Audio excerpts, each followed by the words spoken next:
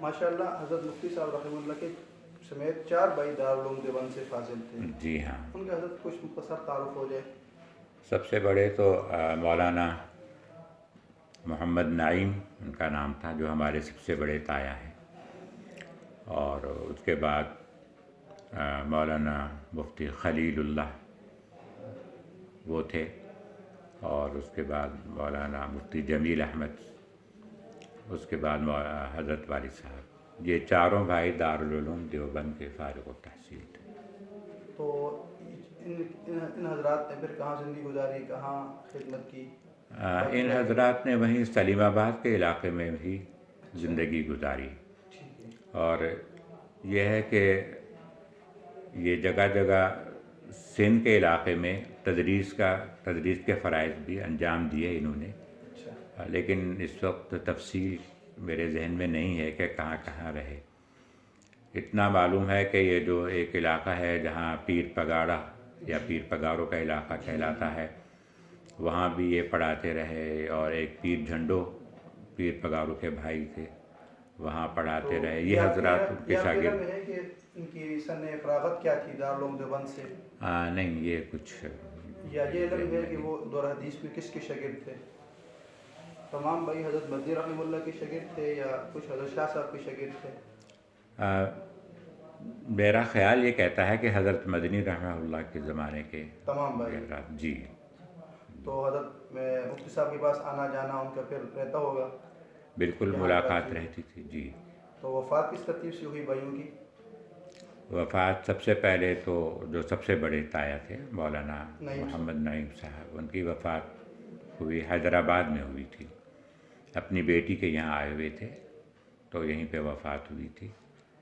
اور ان کے بعد مولانا خلیل صاحب اور پھر مولانا جمیل صاحب. یعنی عمر کے اعتبار سے جو ترتیب بنتی ہے اسی ترتیب سے سب کی وفات ہوئی. اور لیکن مولانا خلیل اور جمیل سے پہلے وفات ہمارے جو چچا تھے، یعنی ان کے سب سے چھوٹے بھائی سعید احمد ان کا نام تھا، وہ عالم نہیں تھے. ان کی وفات پہلے ہو گئی تھی، ہارٹ اٹیک سے دل کا دورہ پڑا تھا. اور بہنیں کتنی تھیں حضرت مفتی صاحب کی؟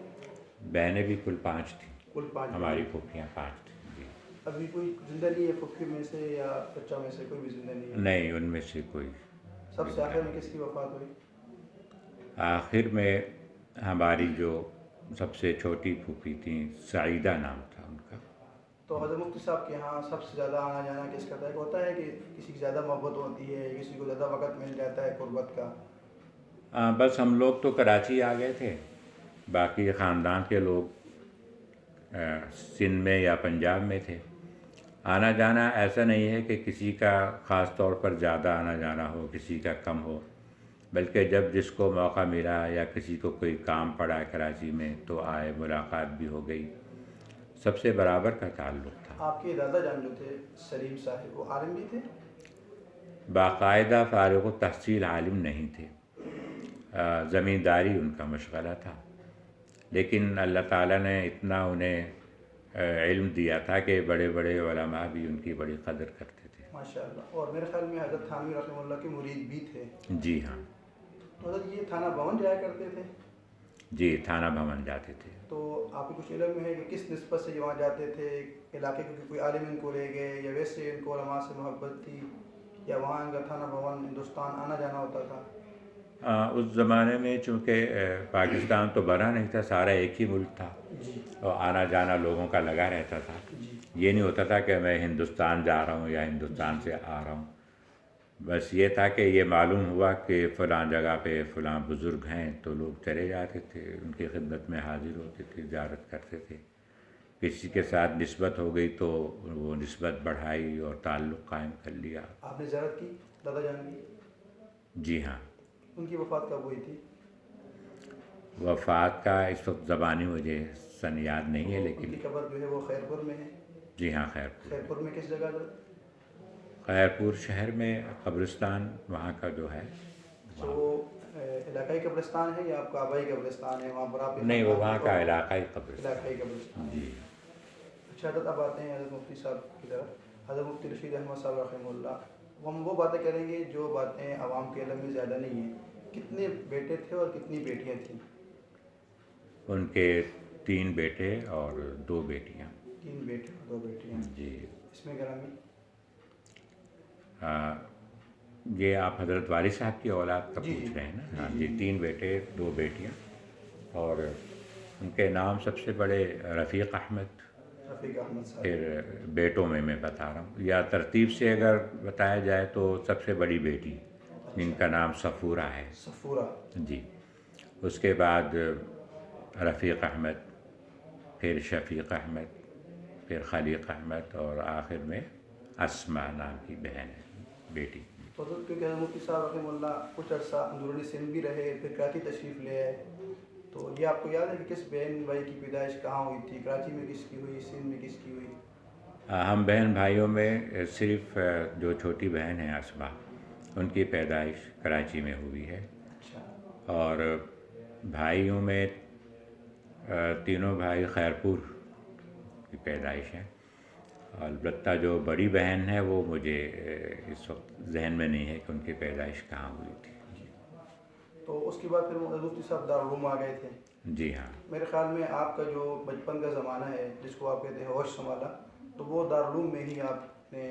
جی. دارالعلوم آنے سے پہلے جب تک ہم لوگ خیرپور میں تھے تو اس وقت یہ نہیں کہہ سکتے کہ ہوش سنبھالا، لیکن کبھی کبھی وہ خواب کی طرح کچھ باتیں تھوڑی تھوڑی سی یاد آتی ہیں خیرپور کی. خیرپور. اور اصل میں قیام والد صاحب کا زیادہ خیرپور کے قریب ایک اور بستی ہے جس کو ٹھیڑی کہتے ہیں. کھیڑی.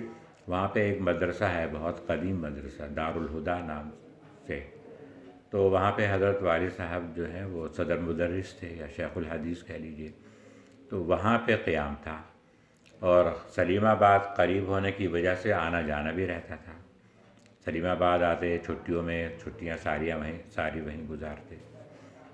تو یہ تھا کہ وہاں کے جو ہمارے ایام، دن اور رات تھے، وہ بہت کبھی کبھی خواب کی طرح سے کچھ باتیں یاد آتی ہیں. تو کیونکہ میرے خیال میں آپ تینوں بھائیوں کی تعلیم حضرت والد صاحب نے خود ہی شروع کی تھی، ابتدائی تعلیم آپ نے والد صاحب سے حاصل کی. جی. تو وہ کس طرح، ان کی کیا ترتیب تھی، کون سے اسباق انہوں نے شروع کروائے، اور کیا ترتیب تھی حضرت کی؟ ہم 2 بھائی جو ہیں، میں اور چھوٹے بھائی خلیق، جو دبئی میں ہوتے ہیں. جی، ہم دونوں ساتھ پڑھے ہیں. اور بڑے بھائی رفیق ہم سے پہلے، چونکہ ہم سے آگے تھے، تو وہ ہم پہلے دارالعلوم میں جب ہمارا قیام تھا تو وہاں باقاعدہ جیسے دارالعلوم میں تعلیم ہوتی درس نظامی کی، وہ انہوں نے شروع کر دیا تھا. ہم دونوں ابھی چھوٹے تھے. درس نظامی سے پہلے جو نورانی قاعدہ وغیرہ اور قرآن پاک کی تعلیم ہے، جی. وہ آپ نے والد صاحب سے حاصل کی، والدہ سے، یا وہاں دارالعلوم میں کسی استاد سے؟ بڑے بھائی اور بڑی بہن نے تو والد صاحب سے حاصل کی تھی. اچھا. لیکن جب ہم 2 بھائی اور چھوٹی بہن کا وقت آیا تو باقاعدہ دارالعلوم میں یہ تدریس قرآن کی شروع ہو چکی تھی. اس سے پہلے کوئی خاص ایسا اس کا انتظام نہیں تھا. تو ایک قاری صاحب رکھے تھے دارالعلوم نے، جن کا نام تھا قاری ممتاز احمد صاحب. وہ بہت اچھے قاری اور بہت ہی زیادہ مخلص. سب سے بڑھ کے یہ کہ وہ اپنے کام میں قرآن کی تدریس اور تحفیظ میں بڑے ماہر تھے. ان کے پاس ہم نے حضرت مفتی شفیع صاحب رحمہ اللہ نے انتخاب کیا ہوگا ان کا. یقیناً. تو ہم یہ بھی کہہ سکتے ہیں کہ دارالعلوم کراچی کے اندر جو پہلے قاری صاحب تھے اس شعبے کے، وہ قاری ممتاز احمد صاحب تھے. جی ہاں. تو آپ نے پھر ان سے کیا کیا پڑھا حضرت؟ ان سے تو ہم نے جس طرح کے ایک طریقہ ہے ہمارے یہاں نورانی قاعدہ، جی، اور اس کے بعد قرآن مکمل حفظ کیا. حفظ کیا. جی. تو حضرت والد صاحب رحمہ اللہ مکمل نگرانی بھی کرتے تھے اس کی؟ سبق بالکل. سننا ان کا یہ تھا کہ ان کا یہ معمول تھا کہ بچوں کی جو تعلیم ہو رہی ہے وہ خود اس کو دیکھتے، اسباق وغیرہ اس میں بہت زیادہ دلچسپی لیتے تھے. یعنی بچے کو یہ احساس رہتا تھا کہ میرے والد کو میری تعلیم سے دلچسپی ہے، اور وہ اس پہ نگرانی بھی کرتے ہیں، دیکھنا چاہتے ہیں کہ ہم نے کیا پڑھا، کتنا پڑھا اور کیسا پڑھا. وہ صرف پوچھ لیتے تھے آپ سے، یا روزانہ کی بنیاد پہ ایک وقت رکھ کے سبق سنتے بھی تھے بغیر اہتمام سے؟ نہیں، روزانہ کی بنیاد پہ سنتے نہیں تھے. جی ٹھیک ہے. جی. البتہ سنتے تھے کبھی کبھی. جی، کبھی سنتے تھے یا پوچھتے تھے. کہاں پہنچ گئے، کتنا ہو گیا، اس طرح سے. تو اگر سبق یاد نہ ہو یا سستی محسوس کریں تو ان کی طبیعت پیار سے سمجھانے کی تھی یا غصہ کرنے کی اور ڈانٹ ڈپٹ والی تھی؟ ہمارے والد صاحب کا ایک یہ ہے کہ بظاہر لوگ یہ سمجھتے ہیں، ہمیں بھی یوں لگتا تھا کہ رعب اور دبدبہ بہت زیادہ تھا. اچھا. تو تصور یہ آتا ہے یا آتا تھا کہ ان کا بہت ڈر ہے. لیکن اگر ہم غور کریں، سوچیں گہرائی میں جا کے، تو دیکھتے ہیں کہ وہ بہت کم ڈانٹتے تھے. اچھا. جی، ڈانٹتے بہت کم تھے. اور ایک ان کا یہ تھا کہ وہ شوق دلا کر بچوں کو، ان کی تعلیم کا سلسلہ انہوں نے رکھا کہ بچوں کو شوق دلاتے تھے. حسن، آپ کو کچھ یاد ہے کہ آپ کو حضرت نے کس طریقے پہ شوق دلایا، کیا باتیں ارشاد وہ یہ تھا فرمائیں؟ کہ کوئی بات اگر انہوں نے پوچھی، ہم نے صحیح جواب دیا، یا سبق سنا ہم نے اچھا سنایا، تو بہت زیادہ خوشی کا اظہار کرتے تھے. اور اگر کچھ غلطی ہو بھی گئی تو درگزر کر کے، یہ نہیں کہ تو ایسا ہے ویسا ہے نکما ہے، کبھی ایسی بات زندگی میں نہیں کی، بلکہ یہی فرمایا کہ اور کچھ محنت کی ضرورت ہے، کچھ محنت کرنا، ماشاءاللہ بہت اچھا ہے، تھوڑی اور محنت کر لو. یہ انداز تھا ان کا. اور چھوٹی بہن جو ہیں وہ جب زیادہ چھوٹی تھیں تو وہ اپنے گھر کی چھوٹی ہونے کی وجہ سے لاڈلی بھی تھیں. انہیں جب قاری صاحب کے پاس بھیجا گیا تو انہوں نے شوق دلانے کے لیے قاری صاحب کے پاس کچھ پیسے رکھوا دیے والد صاحب نے. جی. اور یہ کہا کہ آپ بچی کو اپنی طرف سے کبھی کبھی اس میں سے کچھ پیسے یا کبھی بسکٹ یا ٹافی خرید کے دے دیا کریں، تو بچی کو لگاؤ رہے گا، وہ آپ کے پاس شوق سے آنا چاہے گی اور پڑھنے کے لیے. تو یہ ایک طریقہ انہوں نے اختیار کیا تھا. تو جب آپ قرآن پاک مکمل ہوا تھا تو ظاہر ہے حضرت کو خوشی ہوئی ہوگی، کوئی پروگرام وغیرہ بھی کیا ہوگا حضرت نے، کچھ یاد ہے آپ کو؟ ہم بھائیوں میں، بہن بھائیوں میں سب سے پہلے میرا ہی قرآن ختم ہوا تھا. تو اس میں یہ ہے کہ دارالعلوم میں، پورے دارالعلوم میں اس دن چھٹی کی گئی تھی. اچھا. اور ہوا یہ تھا کہ بڑے بھائی کے مقابلے میں بھی آپ نے پہلے مکمل کر لیا تھا؟ جی ہاں. حفظ.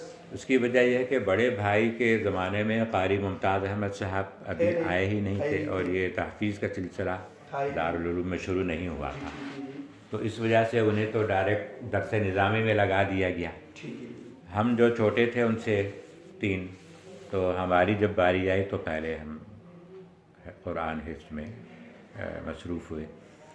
تو ہوا یہ تھا کہ جب میرا قرآن مکمل ہونے والا تھا تو ساتھ ساتھ 3 یا 4 اور ساتھیوں کا بھی قرآن کریم مکمل حفظ ہو رہا تھا. تو ایک کو روک کے باقی جو ابھی باقی ہیں ان کا انتظار کیا گیا. جب ہم 3-4 سارے اکٹھے ہو گئے، ان میں سے 3 جو قابل ذکر ہیں، وہ ایک میں تھا، اور ایک حضرت مفتی محمد شفیع عثمانی رحمہ اللہ کے نواسے امین اشرف صاحب. امین اشرف صاحب. جی، جو آج کل مدینہ منورہ میں ہوتے ہیں. ابھی پچھلے دنوں میں گیا ہوا تھا تو ان سے ملاقاتیں رہیں، اپنے گھر لے گئے، کھانا وغیرہ بھی کھایا، اور صاحب نے بڑا اچھا وقت گزرا. وہ تھے. اور تیسرے ہمارے بہنوئی حافظ عبدالستار صاحب، جو کہ ہماری بہن صفورہ کے شوہر ہیں، وہ تھے.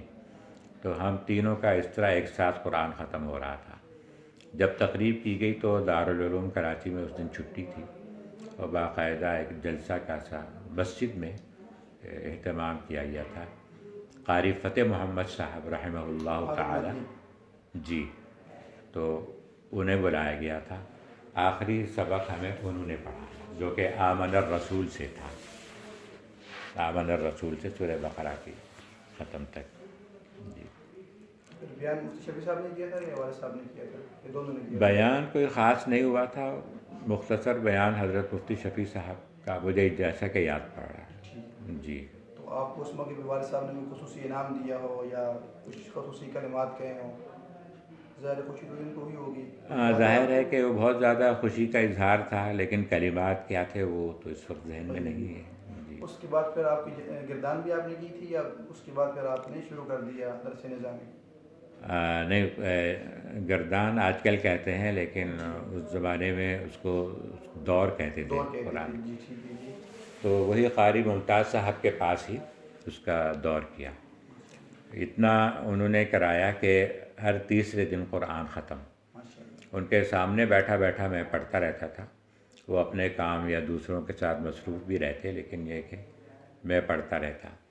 تو سارا دن میں 10 پارے اس طرح سے ہر تیسرے دن قرآن ختم. اور ایسا لگتا تھا، انہوں نے یوں کرا دیا کہ مجھے لگتا تھا کہ شروع سے آخر تک قرآن جو ہے میں اگر پڑھ جاؤں تو کہیں مجھے شبہ بھی نہیں ہوگا کہ غلطی ہو گئی. تو الحمدللہ ایسا حفظ کرایا. تو پھر آپ نے سب سے پہلے رمضان میں کب سنا ہے، یاد ہے آپ کو؟ جی، اب یہ ہے کہ جب میرا قرآن حفظ مکمل ہوا تو عمر اس وقت تو 9 سال تھی. جی. تو ظاہر ہے کہ اس وقت اجازت نہیں تھی. 9 سال کی عمر میں قرآن پاک مکمل ہو گیا تھا آپ کا. جی بس.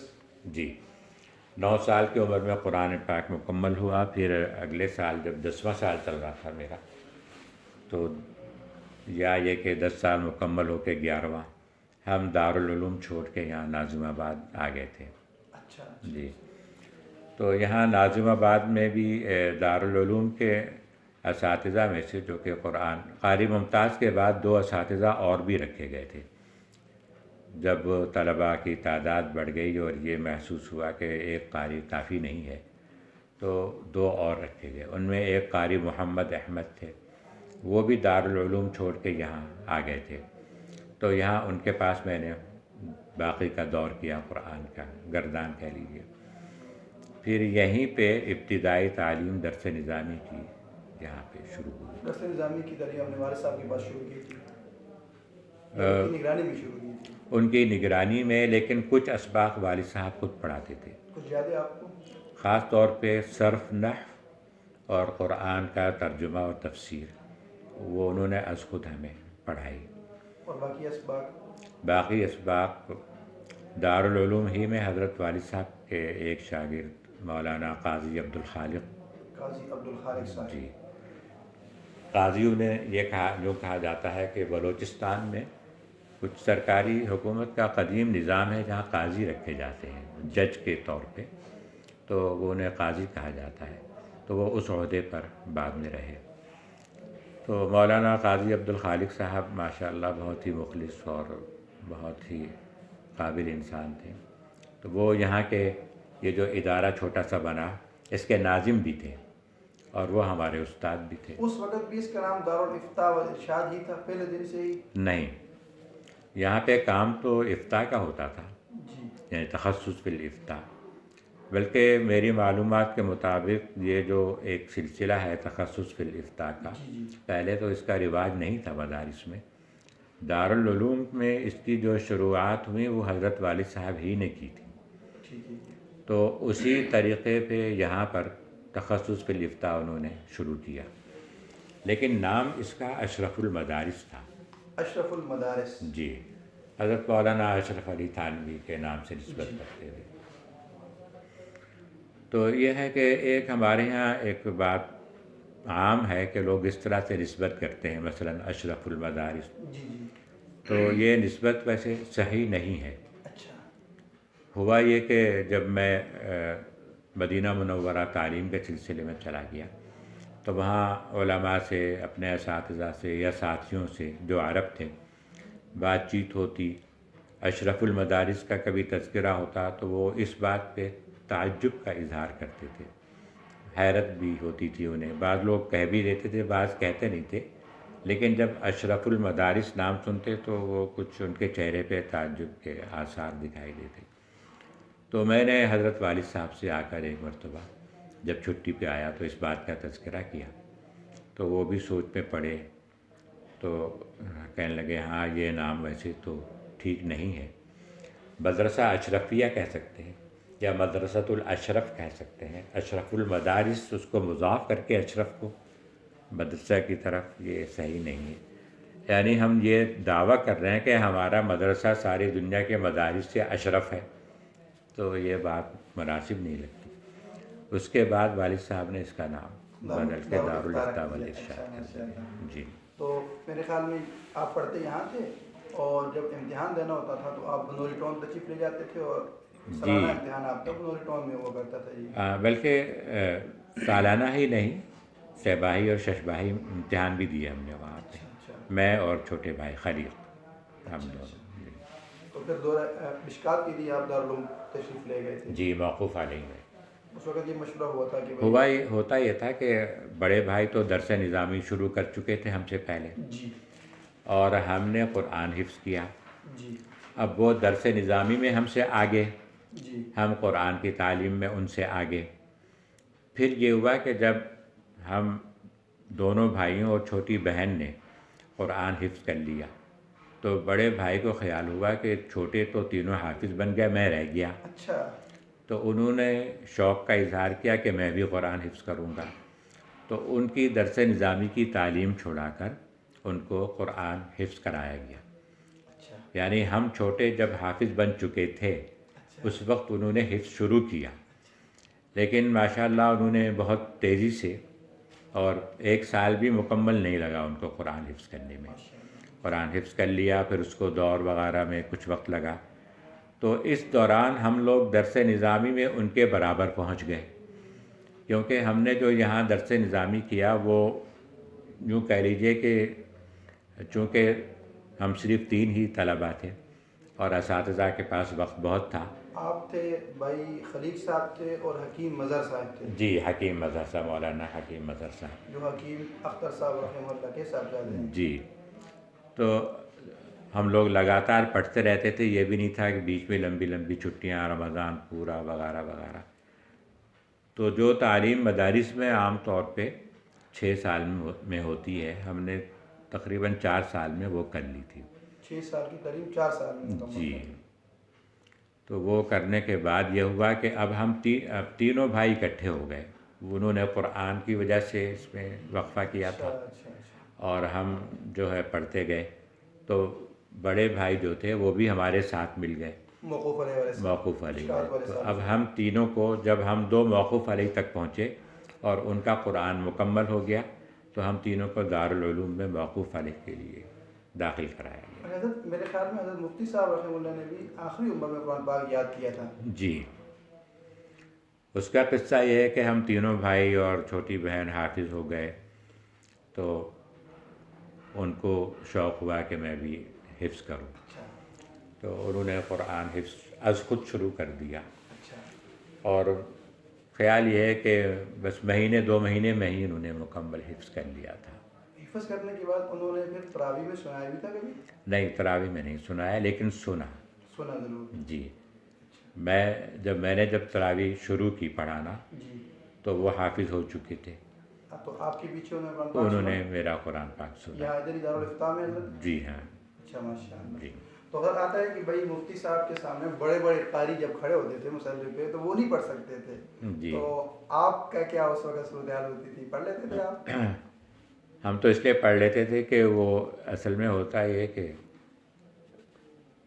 بیٹا اور باپ کا تعلق مختلف ہوتا ہے، استاد اور شاگرد کا مختلف ہوتا ہے، پورا احترام کے ساتھ ساتھ ایک بے تکلفی بھی ہوتی ہے، جی تو اس وجہ سے وہ خوف نہیں محسوس ہوتا تھا۔ اچھا اچھا جی، ٹھیک۔ تو پھر آپ دارالعلوم تشریف لے گئے، تو اس وقت دارالعلوم میں مشکات کون پڑھاتا تھا حضرت؟ مولانا سلیم اللہ خان صاحب، یہ چلے گئے تھے حضرت وہاں سے اس وقت؟ مولانا سلیم اللہ خان صاحب تو جا چکے تھے، جا چکے تھے۔ جی، جامعہ فاروقیہ بنا لیا تھا انہوں نے، تو مشکات پڑھاتے تھے مولانا عاشق الہی بلند شہری بلند شہری، جو رحمہ بعد میں اللہ مدینہ چلے گئے۔ تعالی۔ جی، تو پھر آپ نے 2 سال وہاں پڑھا؟ جی، 2 سال وہاں پڑھا، 2 سال پڑھنے کے بعد پھر تخصص شروع کیا، اور تخصص کے دوران تدریس بھی تدریس بھی وہاں آپ پہ نے شروع فرما دی؟ کی۔ جی، تو حضرت مفتی شفیع صاحب رحمۃ اللہ کے پاس بھی کوئی سبق تھا آپ کا؟ نہیں، وہ خود تو پڑھاتے نہیں تھے، اچھا جی، وہ صرف محتمم کے طور پر تھے۔ ٹھیک۔ جی، تو اس کے بعد پھر آپ کا اسی سال جب تخصص آپ نے کیا تھا تو اس دوران ہی آپ کا مدینہ منورہ جانا ہوا تھا تعلیمی سلسلے؟ جی، یہ واقعہ اگر آپ ہمیں سنا دیں۔ اچھا، پہلے تو میں یہ بتاؤں کہ ہمارے وہاں جو اساتذہ تھے موقوف علیہ میں اور بعد میں دورہ حدیث میں، تو وہ بہت یاد آتے رہتے ہیں۔ ماشاء اللہ۔ تو ان اساتذہ میں حضرت مولانا اکبر علی سہارنپوری رحمہ اللہ، ان کا ایک خاص انداز تھا، بہت مشفقانہ، بہت اچھا. اور دوسرا ان سے ایک خاص انس اس لیے بھی تھا کہ بالکل بچپن میں جب حضرت والد صاحب دارالعلوم میں تھے تو وہ ہمارے پڑوسی تھے ہمارے، اور ان کا مکان بالکل ساتھ ساتھ پڑوس میں تھا. اس کے علاوہ مولانا شمس الحق صاحب مرحوم، وہ والد صاحب کے بہت بے تکلف دوستوں میں تھے، اگرچہ والد صاحب سے چھوٹے تھے. اور دیگر اساتذہ میں حضرت مولانا قاری رعایت اللہ جو کہ دارالعلوم کے ناظم تھے، اور مولانا سبحان محمود رحمہ اللہ، بعد میں انہوں نے اپنا نام بدل کے صحبان محمود کر لیا تھا. اور وہ واقعی صحبان تھے بھی، بہت عمدہ فصاحت و بلاغت اور زبان، پڑھانے کا انداز، قرآن کی تلاوت بہت اچھی تھی. تو یہ اساتذہ کرام ہیں، اللہ تعالیٰ ان کو جزائے خیر دے. بہت ان سے انس محسوس ہوتا ہے، یاد بھی آتے ہیں. جی، تخصص کے دوران ہی ہمارا داخلہ ہو گیا تھا مدینہ منورہ میں. تو اس کا ایک قصہ بھی ہے جو میں نے پہلے بھی بتایا تھا. وہ اگر سنا بھی دے تو ریکارڈ ہو جائے گا. اچھا، دورہ حدیث جب ہم کر رہے تھے تبھی سے یہ ایک معمول بن گیا تھا کہ حضرت مولانا، اچھا اساتذہ میں ان کا ذکر رہ گیا تھا، مولانا رفیع اور تقی عثمانی برادران، اللہ تعالیٰ ان کا سایہ ہم پہ تا دیر سلامت رکھیں. تو یہ بیعت ہو گئے تھے حضرت ڈاکٹر عبدالحی رحمہ اللہ سے، جو کہ خلیفہ تھے حضرت تھانوی کے.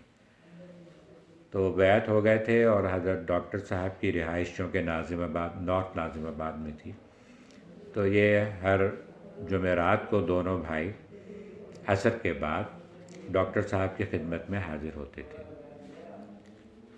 تو از راہ شفقت انہیں چونکہ معلوم تھا کہ ہم لوگ بھی ناظم آباد آتے ہیں، ہم بھائی جمعرات کو، جمعہ کا دن یہاں پہ گزارتے ہیں اپنے گھر میں، تو انہوں نے یہ ہمیں کہا. بلکہ آخری درس ان دونوں بھائیوں میں سے ایک کے پاس ہوتا تھا، تو درس کے بعد وہ کہہ دیتے تھے کہ نماز کے بعد آ جانا، تو ساتھ چلیں گے. ان کی کوشش ہوتی تھی کہ کہاں بیچارے بس میں لٹکتے ہوئے یا پریشان ہوتے ہوئے جائیں گے، گاڑی جا رہی تو ہمارے ساتھ چلے جائیں گے. تو اس طرح سے وہ ہمیں اپنے ساتھ لے آتے تھے، اور یہاں پہ ناظم آباد میں ہمیں اتارتے ہوئے خود آگے نارتھ ناظم آباد چلے جاتے تھے. ہم تینوں ہوتے تو تینوں آ جاتے، دو ہوتے دو آ جاتے، ایک ہوتا ایک آ جاتا.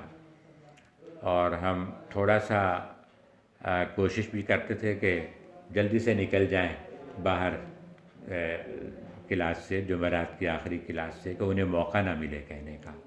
اس کی دو وجہ تھی. ایک تو یہ کہ یہ دونوں مشائخ اس وقت ڈرائیونگ سیکھ رہے تھے، تو یہ گاڑی چلاتے تھے جہاں تک کہ آبادی کم تھی، تو ہمیں ڈر لگا رہتا تھا. ڈرائیونگ ذرا کمزور تھی ان کی، تو ڈر لگا رہتا تھا ان کے ساتھ بیٹھتے ہوئے.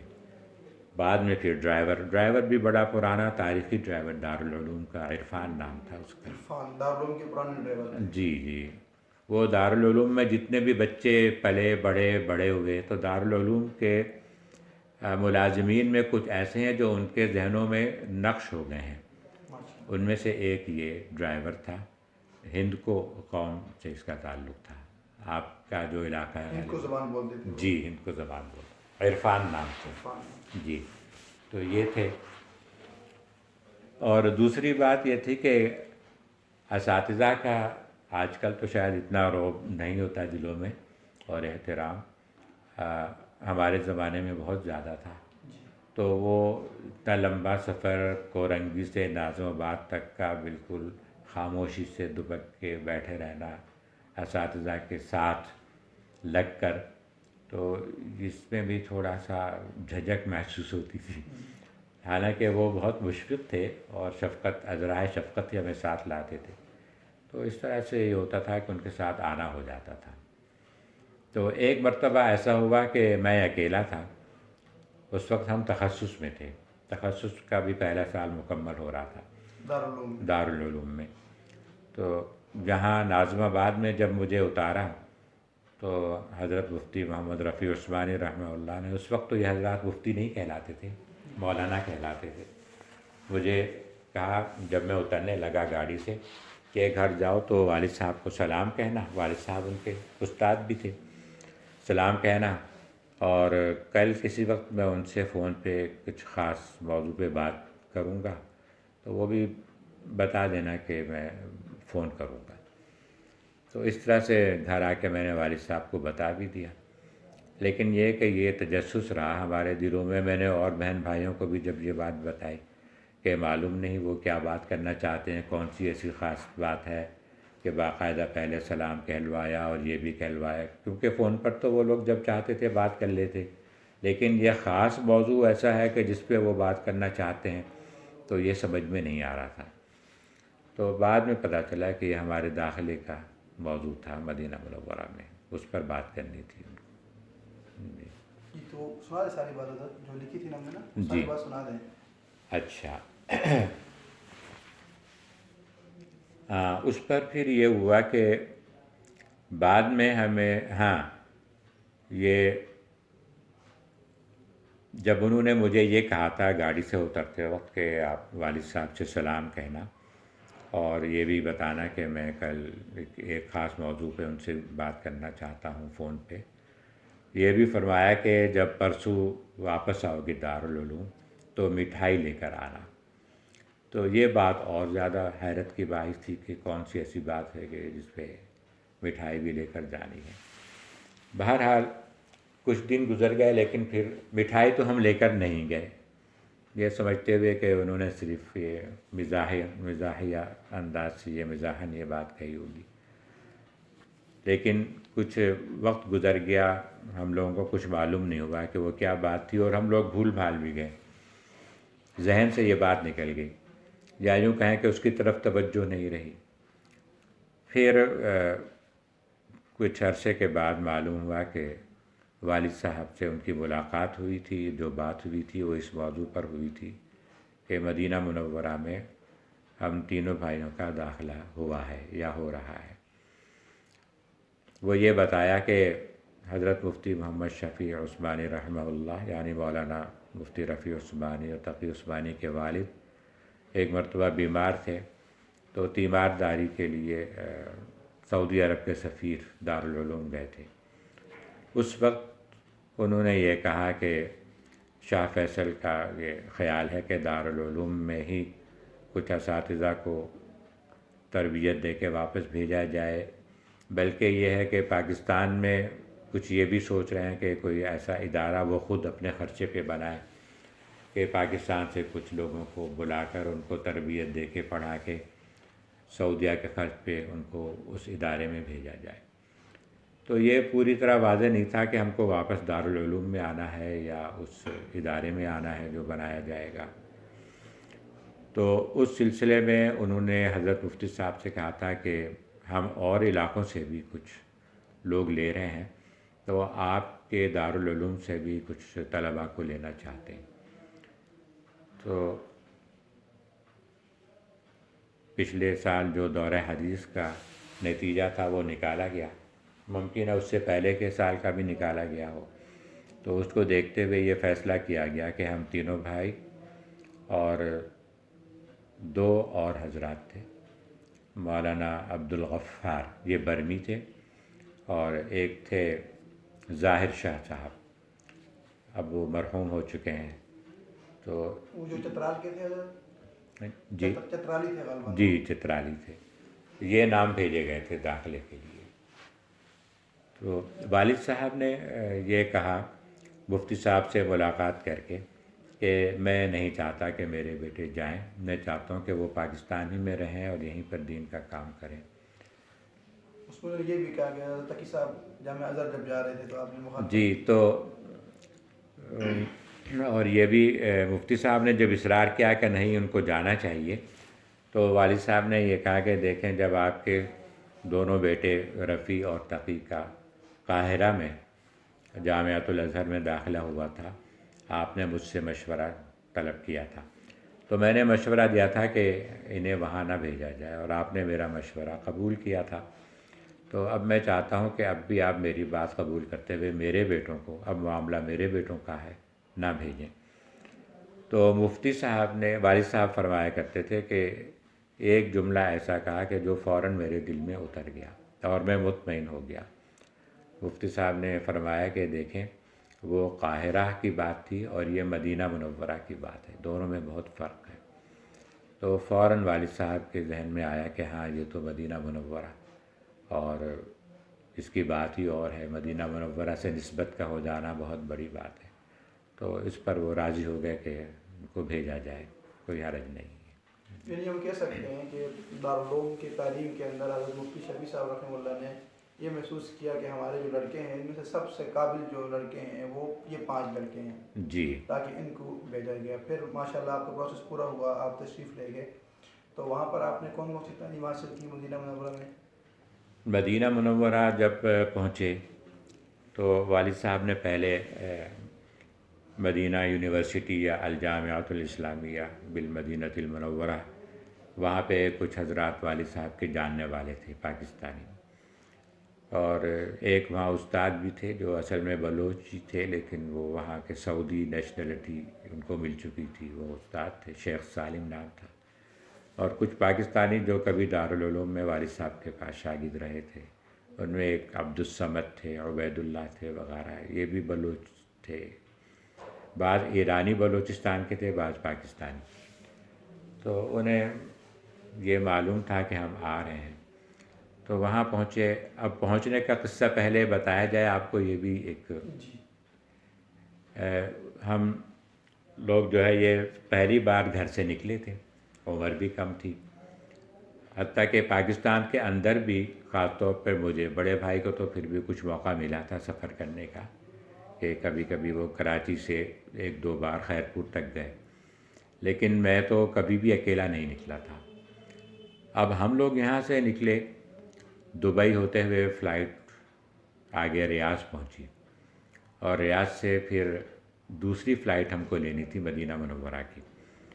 ریاض پہنچے، اتنا ہمیں معلوم تھا کہ ایئر لائنز جو ہے، جو راستے میں جب اسٹے ہوتا ہے تو وہ اپنے طرف سے رہائش دیتی ہے، ہوٹل وغیرہ کی۔